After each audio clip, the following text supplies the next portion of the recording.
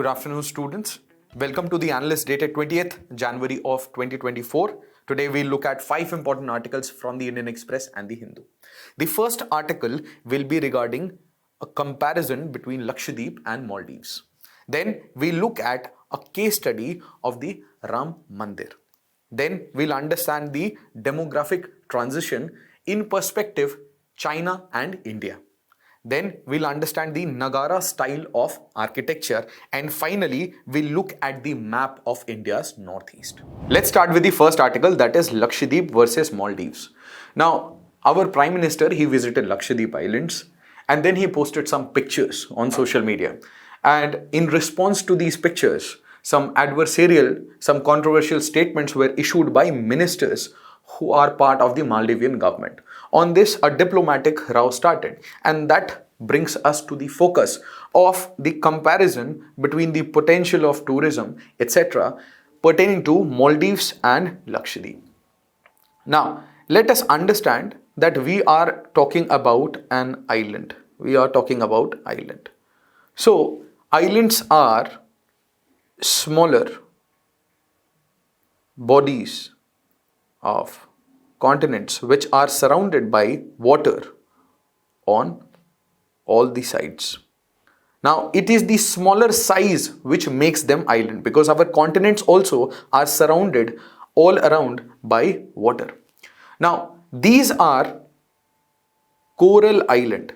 That means it has to do something with the formation of these islands. So they are made up of corals. Now that brings us to the question, what do you understand by corals? So you will have these diverse systems which are created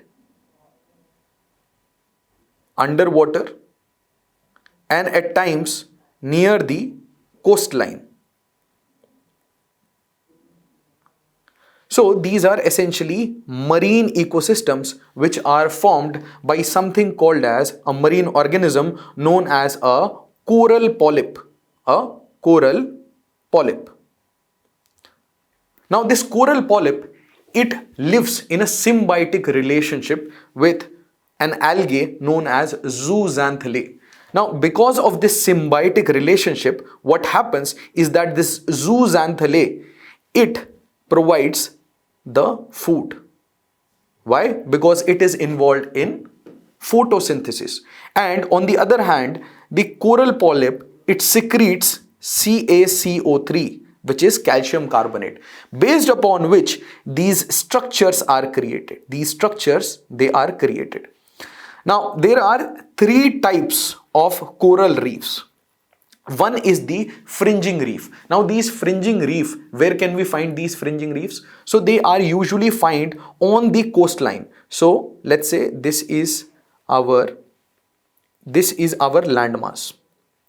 So nearby the coral deposits which are found, they are called fringing reef. Now over the period of time, let's say this is our landmass again, and over the period of time what happens is that some coral, they are formed a little away from the body of mass, and here you will find a water body which is called a lagoon.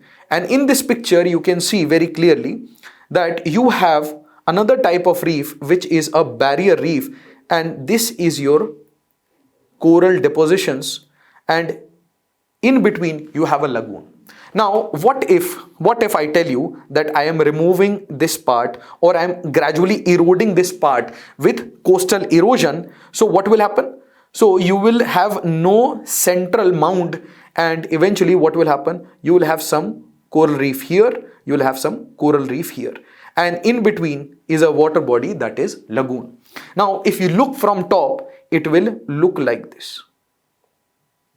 So seen from space, it will look like this. Now, Lakshadweep and Maldives, they are both coral type of islands. So, these atolls, they become very good tourist spot globally. Now, let's understand a little about how the economy of Maldives is running. So, it has a GDP per capita of $16,000. And you have tourists coming all the way from Europe, Asia. Now, simultaneously, you must also understand that the Maldivian government, the current Maldivian government, is very close to China. So you have interest of China along with Middle Eastern countries who are investing directly in the island projects, in various island projects. For example, hospitality. For example, making of these resorts. So Maldives, over the period of time, what it has done, it has become a global tourist destination for these coral island based activities, including snorkeling, etc. And you have all the luxury tourism coupled with all the adventure sports that are associated with sea. Then you will see that the coral reef, the overall coral reef that is present today in Maldives, it has degraded and only 20% of the coral reefs are left. That tells us that there has been a lot of coral bleaching. Now, when we were discussing the coral polyp which had a symbiotic relationship with zooxanthellae. Now, what happens because of this symbiotic relationship, the coral polyps, they bring out a lot of colors. And why these corals become so important is because they are also called as the rain forest of the sea because of their intensity of biodiversity that is present. When we are looking at any rainforest, what do we see? For example, the rainforest in Congo or the rainforest in Amazon. We see that in a very small area, you have too much of biodiversity. Similarly, in these coral reefs that we see, all the types of coral reefs, there is a lot of diversity, biodiversity that is living. Now, because of something called as mass tourism,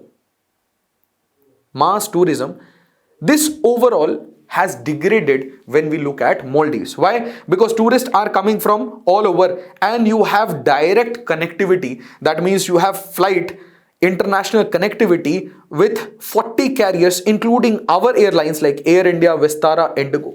So even Indians, Chinese and people from Europe, they are visiting this country just for tourism based purposes.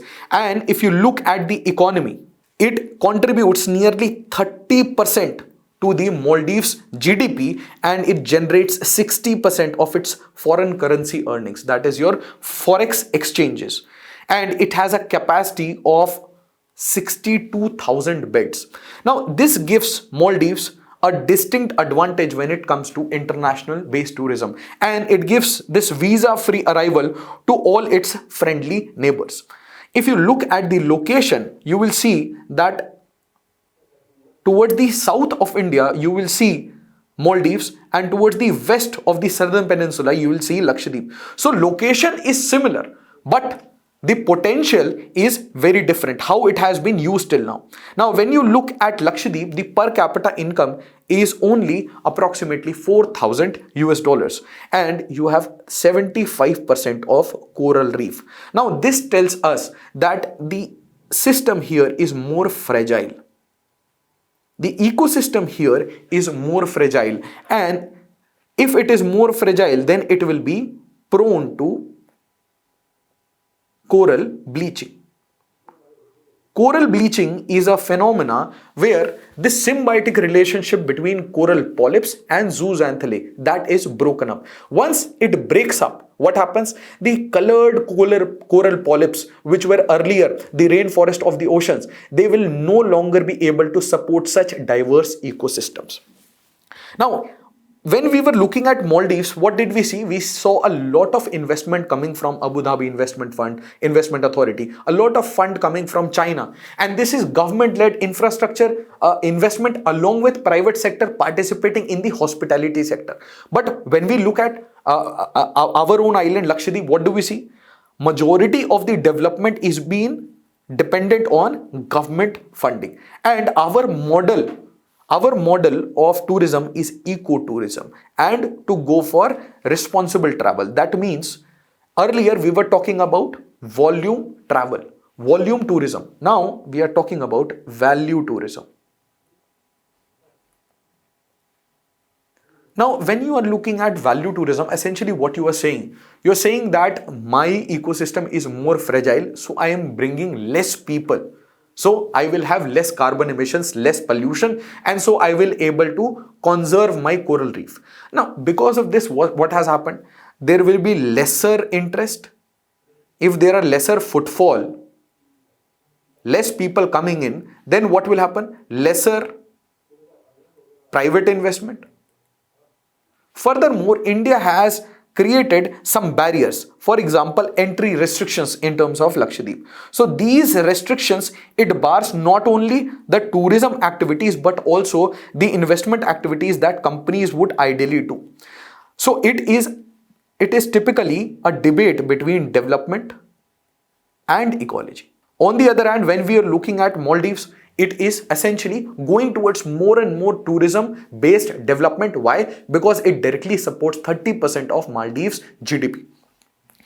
Now, when you are looking at international connectivity, the only flight is going via Kochi and Mumbai. So you have connectivity via Kerala only, and then you have 90% of domestic tourists primarily coming from India only. Now, if you look at the tourism potential, out of the 36 coral island, only 10 are inhabited, and the tourist arrival, that is not in millions like we saw in case of Maldives, but it is in thousands. So given that there is typical divide, one is between value tourism, the other is between volume tourism. At one place we saw that there was limited private participation, and here we had private plus public plus global investments coming in. Then you had here lack of connectivity. Here you have global connectivity. So because of all these reasons, what has happened is that people who can enjoy these coral islands in Lakshadweep, they rather go towards Maldives. So this is a case study there where we can compare two types of tourism, that is value and volume tourism, along with the debate of sustainability, along with the debate of coral bleaching, etc. The second article is regarding a case study on Ram Mandir, given the celebrations associated with the inauguration of the Grand Ram Mandir in Ayodhya, and this pertains to your GS3 Indian economy. Now, if you look at the title itself, green shoot of growth, that means you are looking at new sectors of growth. And this growth will be associated with the Ram Mandir ecosystem. Now, what are we essentially talking about? So, let's say we are constructing a temple in Ayodhya. So, that means a lot of people will come in, and according to some reports, this can be 3 lakh people traveling to Ayodhya on a daily basis for the next 3 to 5 years. And according to some reports, this can be even higher to 5 lakh people traveling every day. Now, if people are traveling, then it means they require some form of rail transportation towards Ayodhya. So, from all corners of India and from abroad, people will take the final call to move towards Ayodhya, okay, for 2 days, for 3 days. So rail will be one such connectivity pattern. Then we'll have road. Then we'll have air travel. That means simultaneously I'm talking about airports also. Not only the airport which is being constructed right now, but also other nearby airport. For example, if I want to visit Ayodhya, it might happen that I may not get a direct flight to Ayodhya if I'm traveling from the states. So I will come to, let's say, Mumbai, or I'll come to Delhi, and from there I will take another flight to Ayodhya. So air travel, airports, rail, road, all those connectivity. Simultaneously, can I also say that there will be a lot of freight that will be traveling? Yes. Do you want lots of goods and services to be transported to the final destination, that is Ayodhya? Because I as a consumer will go and have my food. I will have all the demands of the economy. For example, I will want vegetables, I will want, let's say, flowers. So all the transport carriers, all the trucks, all the logistic services, will they not now tap into the economy of this temple that is coming up? Now, simultaneously, if I arrive in Ayodhya, so naturally I will go towards some motels, or I may go to a hostel or a hotel based upon the economy that I can afford. And so a host of hospitality based companies, they have already invested in the Ayodhya region. And this starts from all the way from a single bed to 5-star hotels and resorts. So the hospitality sector will boom. What about the region itself? Can I say we are talking about an agrarian belt, a very fertile agrarian belt? Can I say the temple economy will also seek flowers? Flowers for daily basis, some veggies, yes. Then it will seek sweets. So can I say that it has a direct linkage with sugarcane cultivation? Yes or no? Because I will need sweets. So you are essentially increasing the demand in a very small region of Uttar Pradesh. So you are essentially talking about Ayodhya. So certainly if so many people are coming, all the demands of these people will be met locally only. So you have rail, road, airport, you have fruits, flower, prasad. What about the prasadam economy? So the prasad economy can itself be conglomerated, and this will help the retail players which are directly associated with the temple economy. What about real estate? Now, in one of the discussions, one real estate mogul was saying that at times what happens, a single property is, let's say, from 20 lakhs, it is going towards 1 crore. Now, because of this pattern, what happens? A lot of people tend to come in, they tend to chip in, they tend to invest to double their money. But what happens to the people who already have the land in this region? So their economy has already multiplied. They have not sold their land, but in the mind, they have a notional profit. And because of this notional profit of assuming to be rich, what you start doing, you change your spending pattern. You start spending more, even though you have not sold your land, but suddenly you have become rich. So will you not change your spending patterns? So now the spending patterns will also change when it comes to the locals as well as to the pilgrims. Then you have investment to the tune of 50,000 crore that has been promised in the recent Global Investor Summit that was held in Uttar Pradesh. And this is just associated with the Ayodhya economy. Now, simultaneously, you have Public Works Department, which is, so let's say this is the temple construction, but nearby infrastructure is being developed by the municipality, by the state government itself, with contributions from the central government and with engagement with private players in form of public-private partnership. So if there is construction going on, will I tender the projects to some private builders? Yes or no? The answer is yes. So it will naturally create this ecosystem of real estate development. Then it can become a regional growth hub. And let's say you have 5 cities. You have 5 cities of Uttar Pradesh.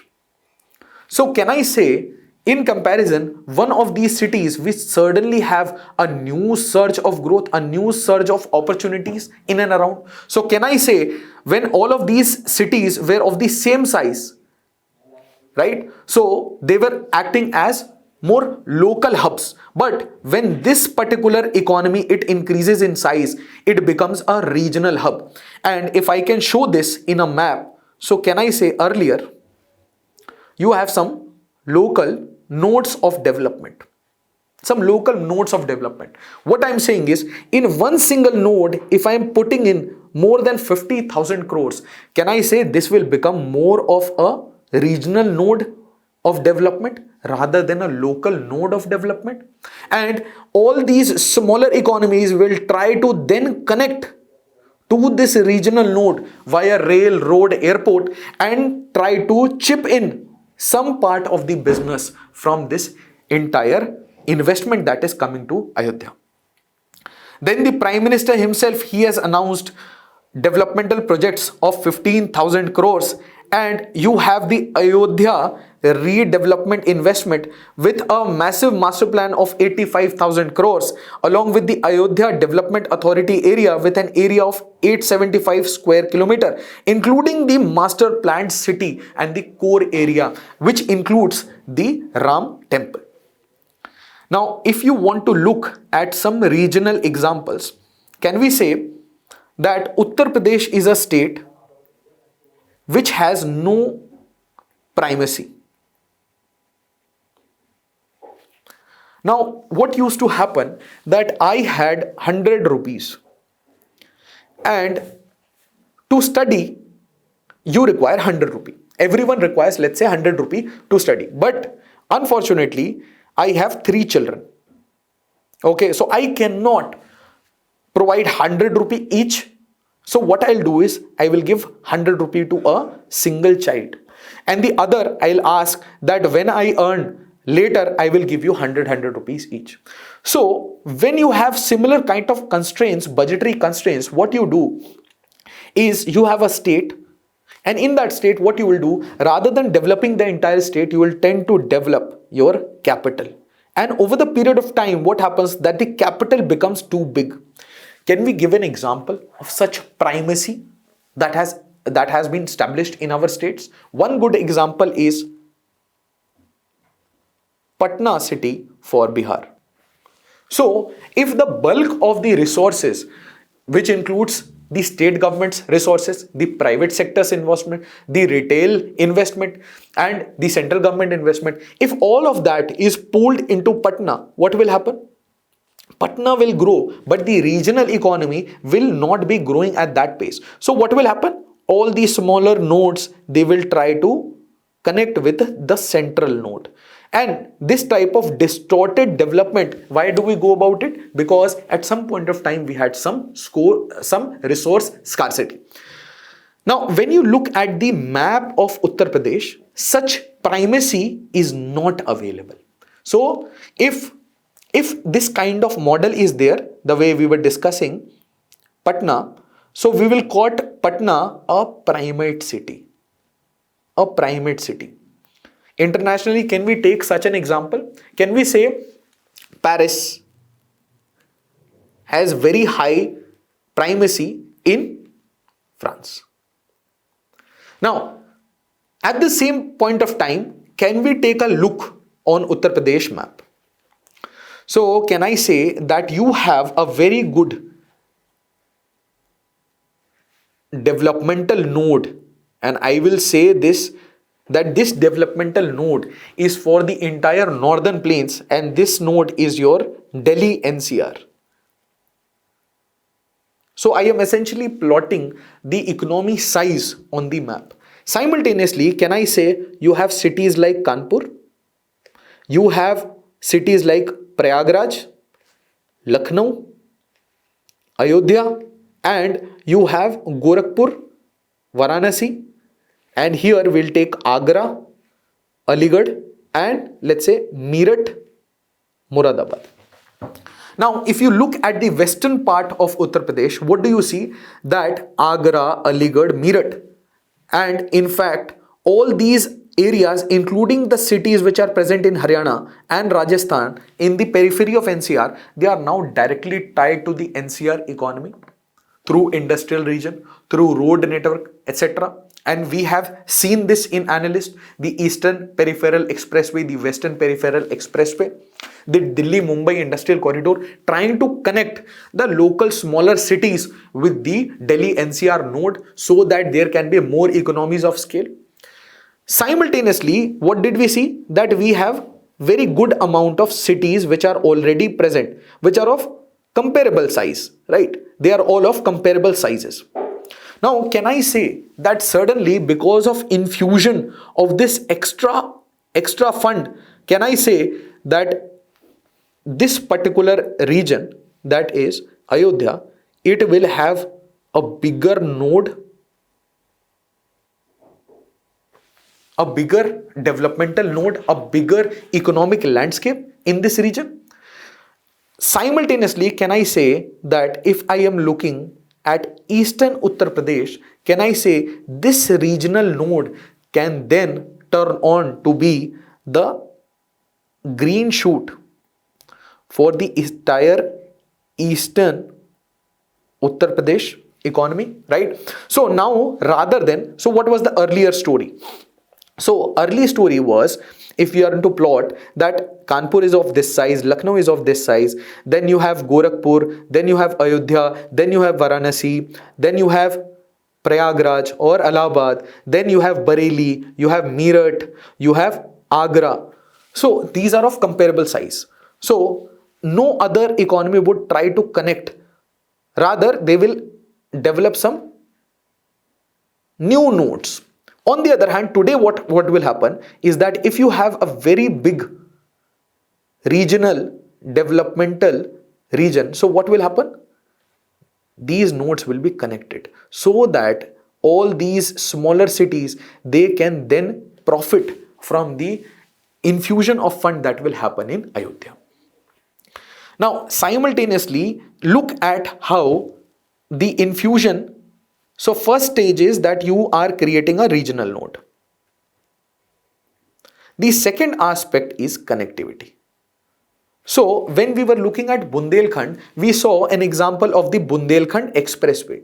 The idea of Bundelkhand Expressway was to enable people to move to and fro and to connect to the Delhi NCR node, to have, let's say, all the opportunities that are available to cities like Agra. A person in Agra, they can travel to and fro to Delhi very easily. Similarly, if I am building a Bundelkhand Expressway, it directly connects me to the supply chain, to the trunk routes. So can you see that you have multiple expressways? So this is Delhi, this is Meerut. So do we have a Delhi-Meerut Expressway? Yes. Similarly, do you have the Delhi-Agra Expressway, the Taj Expressway? Along with that, we have the Agra-Lucknow Expressway, which will extend in form of Purvanchal Expressway and will continue all the way to Bihar, in the state of Bihar, and will get connected to parts of Bihar. So what essentially we are doing? We are connecting various nodes of development, and so each of these nodes will become bigger and some smaller nodes may come in between. So the next stage of development will be to connect the nodes, that is to connect the Purvanchal Expressway to this region. Now simultaneously, you must also look at the economies. So if you are looking at Paschim Uttar Pradesh, or you are essentially looking at the Rohilkhand region, so this is the sugarcane belt, sugarcane economy. Yes, but you will see that in the growth indicators, Purvanchal has been lagging, and Purvanchal has more association of economic indicators with parts of Bihar. So if you're looking at Uttar Pradesh, two regions which were lagging behind was A, Bundelkhand, and second is Purvanchal. So can we summarize it by saying that this will lead to the regional development of the entire Purvanchal region by creating a new regional node and by connecting it with other local nodes via a series of expressways and connectivity projects. Let's look at the third article, where China's total population is now declining, and this is related to demographic transition. Now the demographic transition theory has been given by Thomson and Nottes team, and you would appreciate that there were 4 stages which were mentioned.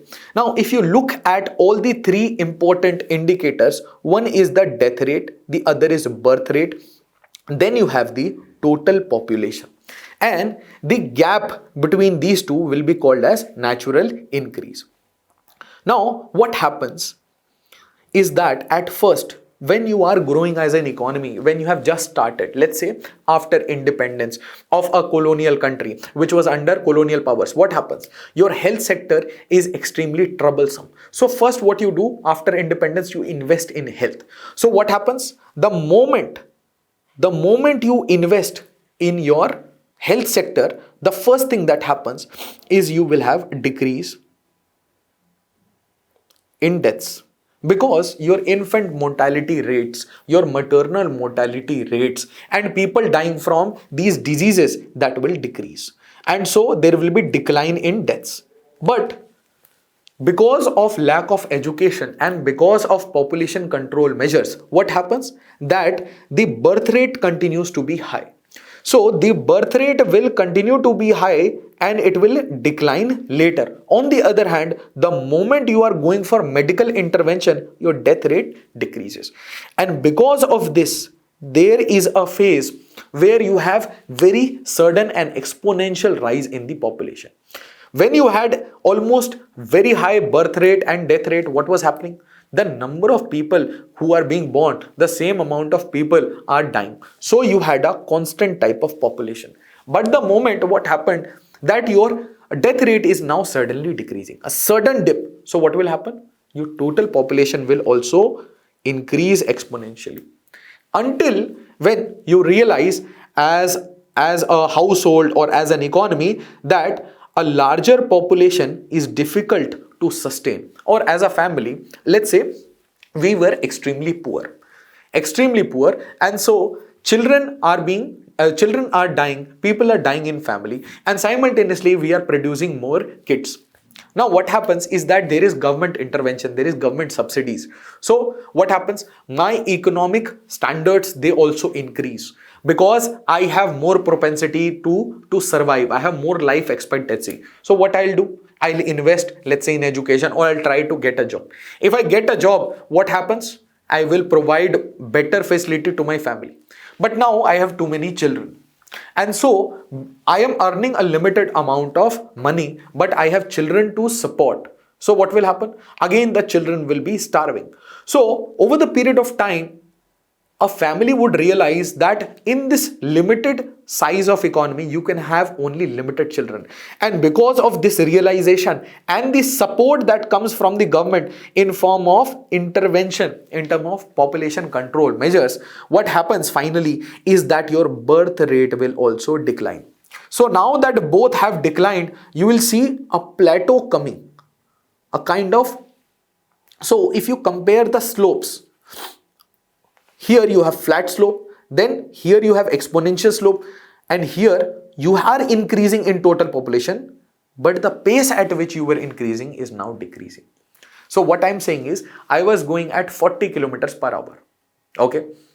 So I'm still moving at some speed, but now gradually I'm going to 39, 38. So I'm still increasing. It's not zero. And so the total population will keep on increasing to finally come to a point where it will plateau and it will not increase, but there will be a decisive point where it can either increase or decrease. Now, in case of China, what has happened is that this has started to decline. The population has started to decline. Also, this theory has been violated by China by going for a policy called the one child policy, which was implemented in 1980s. Now, the whole idea is that China was anti-birth.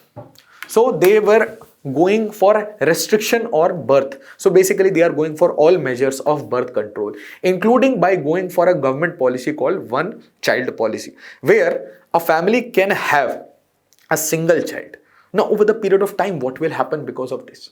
So you have a mother and a father, and you have a choice to have only one child. Because of this restrictive, your ultrasound started going in place, and so people started to go for more boy child. They started avoiding girl child, and they started going for foeticide, infanticide. Why? Because they would like a male here, just like any agrarian society. Then what happened? So you have a mother and you have a father, and you have a single son. After, let's say, killing one or two female child, so this single son will now cater to a mother and father and their elderly. Yes or no? So you have a single son who is providing for this entire family. So over the period of time, you had fewer mothers, fewer females who can become the prospective mothers, and simultaneously you created sons who later on got a lot of baggage in form of supporting the elderly from their mother father side. So both the sides of grandparents supported by a single son. So this was your antenatal policy. Then what happened? Then China started to see a sudden decline in their rate of population increase. So this one child policy, it was very severely executed in all the districts except for certain tribal districts which were given freedom to reproduce. Now China is doing, it is reversing it with three child policy, where now China is going for pro-natal policy. Pro-natal means basically I am enabling couples and people to have more and more children. Why? Because now there is data which is clearly showing that the overall population of China, it has peaked, and there is a continuous decline in the birth rate as well as death rate, and simultaneously there is very long life expectancy. So today what you have is that dependency ratio is increasing. And can you tell me what is dependency ratio? So this dependency ratio is increasing, and it is set to increase to thereby limit the productive workforce. So on one hand, the elderly, they are living more because of improved healthcare, because of improved economy, because of per capita incomes. So elderly are there who are dependent. You have children who are dependents, and you have very few people who will be productive in the long run. So over the period of time, now China has started to go for pro-natal policies. Now, how does it compare when you look at India?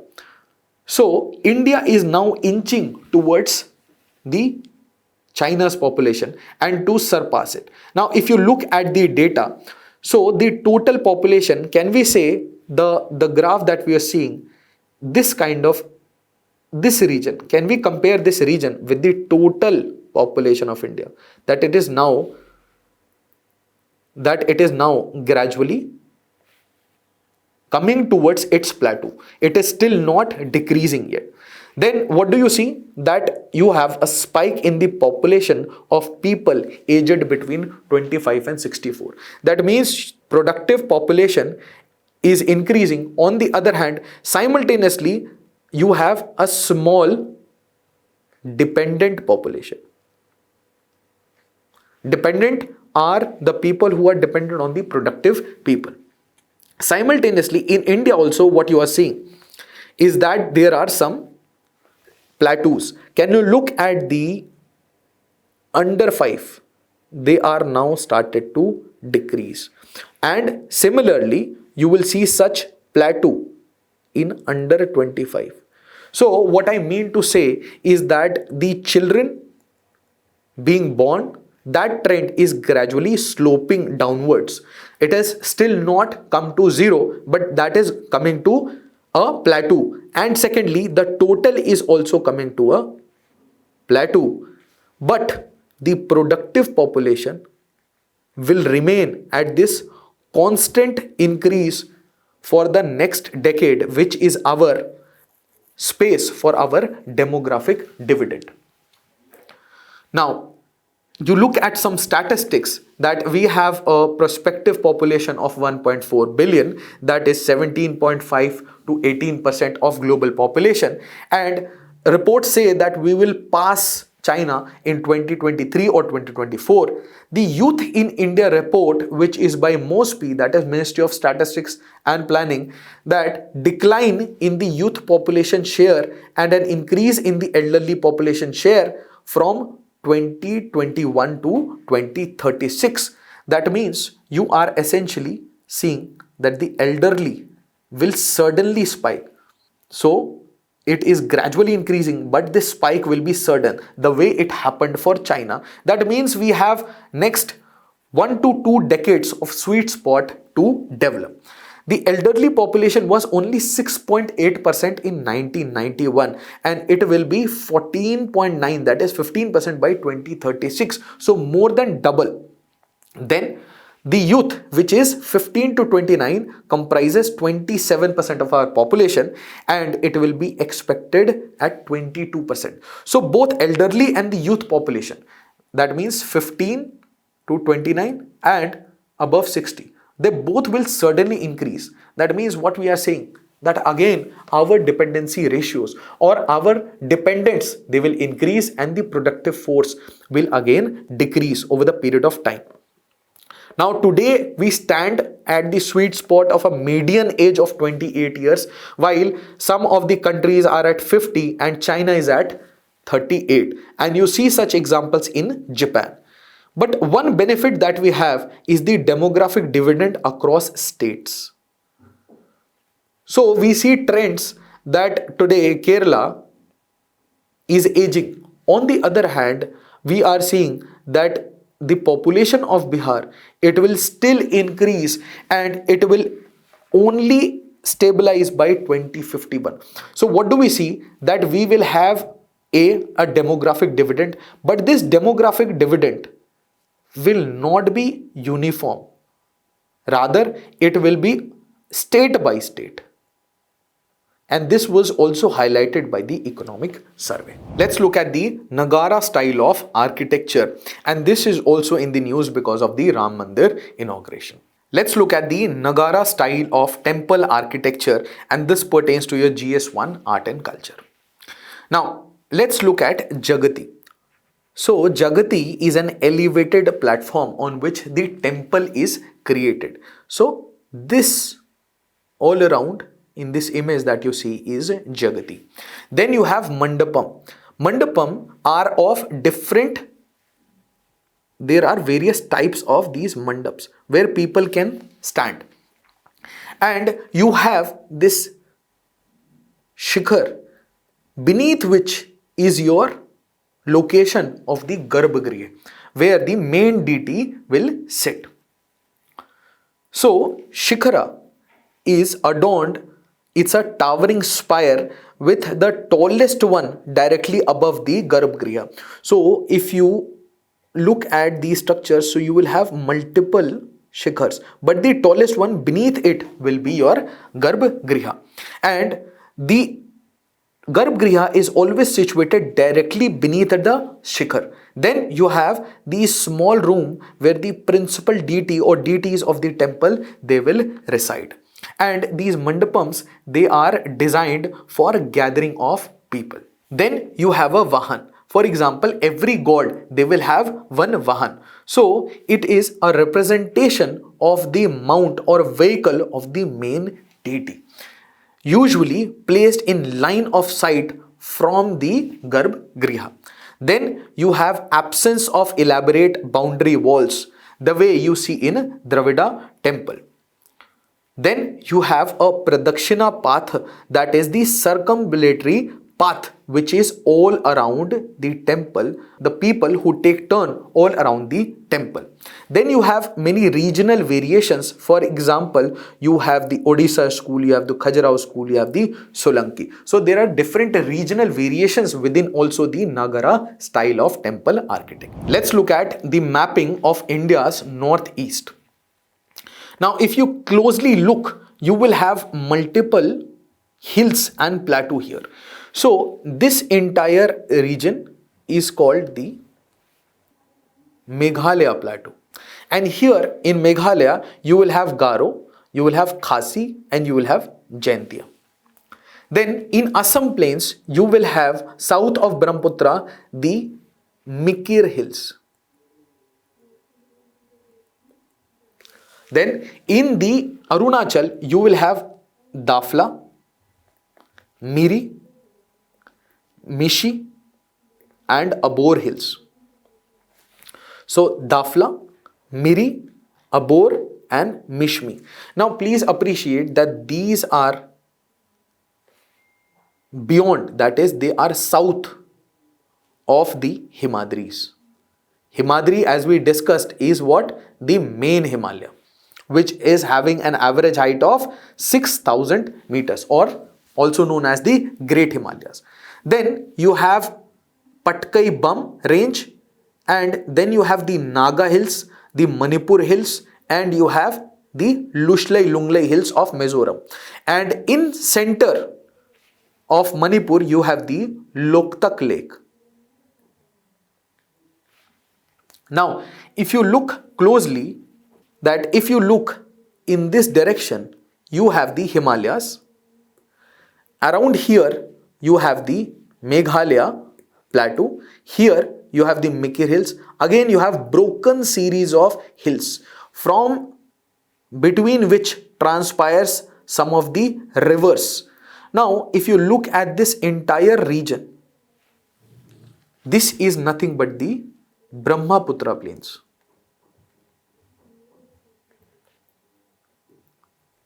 And this makes up the Assam plains of the northeast. Now, if you look at the major basins, so this is your Brahmaputra basin. Now, in this basin, you have Subansiri, you have Diang or Siang, you have Dibang, you have Lohit, you have Budhi Diang. So, all of them, they are contributing to the basin of this river. Now, if you simultaneously draw the mountains, so what do you see? You see, let's say, the Himalayas in this direction. And then you see some broken ridges, which are traveling all the way to the Andaman and Nicobar. So, in total, the drainage of this region is centered towards the Assam plains. Then you have a very important river here, river Barak, and in Sikkim you have a very important river, that is river Teesta. Thank you so much. I hope it helped.